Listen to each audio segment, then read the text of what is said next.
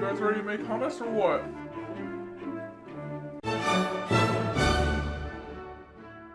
First and foremost, I'd like to welcome you to my channel, Mediocre Fatty. My name is Ashley, and today I'm going to be showing you guys how to make hummus. This is a pretty good recipe if you're trying to impress those hip, cool kids that only eat different combinations of avocado toast and quinoa bowls. Good back pocket recipe to have. If you guys would like to make this with me, I'm going to be putting the ingredients that you need right now.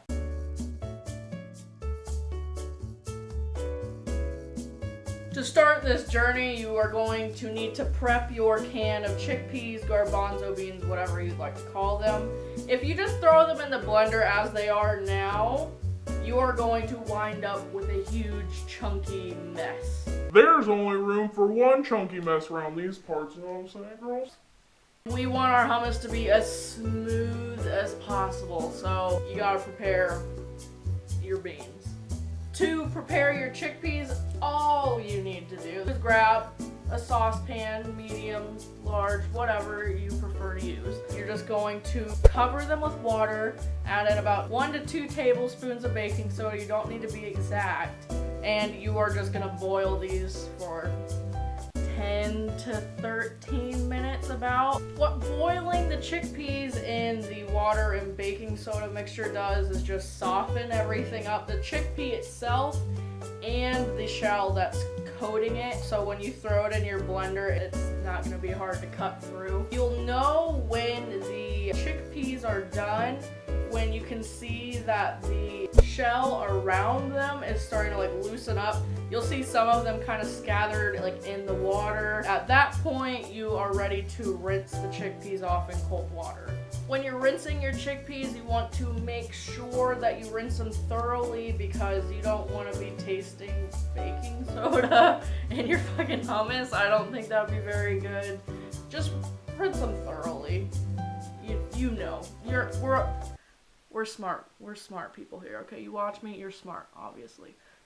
Rinse your beans off. Now that you are done rinsing off your beans, I am Elated to let you know that you just finished the hardest part about this recipe. One thing I will say, whenever I skimmed through other people's recipes on how to make hummus, almost all of them said to use a food processor. I don't have one. I'm poor. So I had to just make do with a blender. I think the only difference it super makes is that it's easier to get out of the bottom, because I will admit that takes a hot second. So now we're moving on to the fun part of everything. We are going to be blending together all of our beautiful ingredients over here. This step goes by insanely quick, so have everything that you need already prepped. So your parsley, you're going to be chopping it already. Your lemons, you're going to be having them and getting ready for your juicer. Instead of just dumping in everything at once, what I like to do is I kind of go in order with drained and cleaned off cooked garbanzo beans. Load those up into your blender, and then you're going to be adding your 1/4 of a cup of tahini.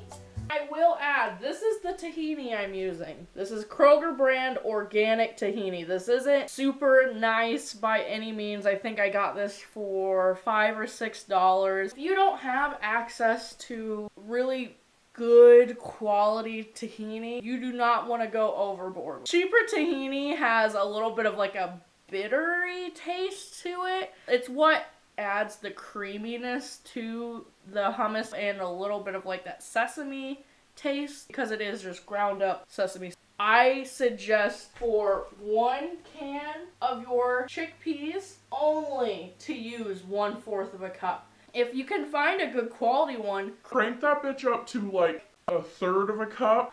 go back to your blenders. We have your chickpeas, we have your tahini in the blender. We have not blended yet. You are going to be adding in the juice of 1.5 lemons, unless you like your hummus a little bit more thin and a little bit more lemony, then by all means, girl, add in that extra half.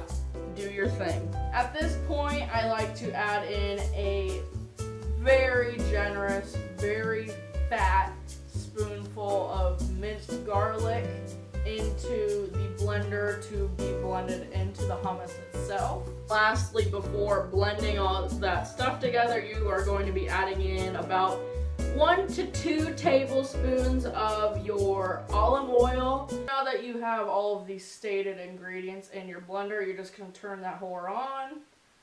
Don't know why I said whore. All you're going to do is start to blend that until you notice that you're getting a consistent paste in the bottom of your blender and or food processor. You are going to be taking your wild card that I gave you, the ice water, and you are just going to be drizzling in 1 to 2 tablespoons. What it does is it like shocks the hummus mixture and it makes it like a little bit fluffier. I don't know why or how or who or when. I did it. I like how it came out. Feel free to challenge me on this and Not do it. So once your water is mixed in, you are ready for your last blender step, and that is just going to be adding your seasonings. I use sea salt or pink Himalayan salt, garlic powder, onion powder, and paprika.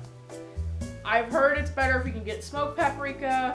I use regular paprika, and I really just use it as a garnish anyways, so you don't have to sweat it if you don't have paprika. I didn't measure my spices. It's really so subjective. Just taste it. Just dip your little finger in there. You're making this for you, girl. You don't have to worry about people thinking you're gross. Now that you are so close to the finish line, bonus recipe. I'm not gonna waste your guys' time on this video. You can hop over to my Instagram to see it, but I'm going to be showing you guys how to make your own 3-ingredient flatbreads. They are so good with hummus. I'll show you I'll insert a picture, okay? I'll give you a little taste. So beautiful. I love you. Getting back on track for the last time.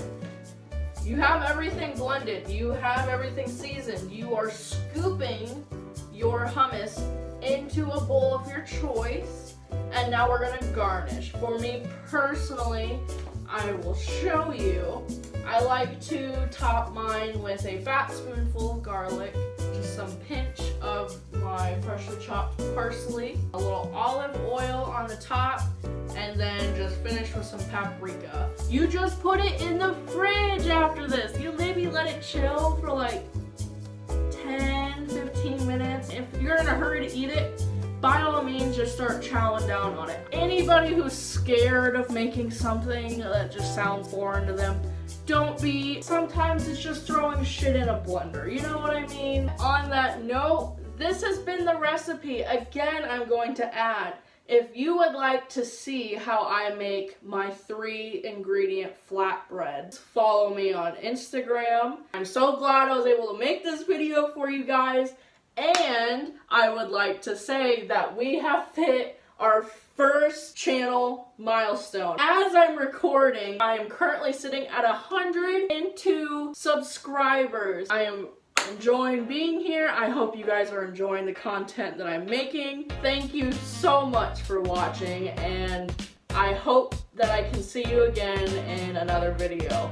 You guys have a great night, day, afternoon, weekend, whenever you guys are seeing this.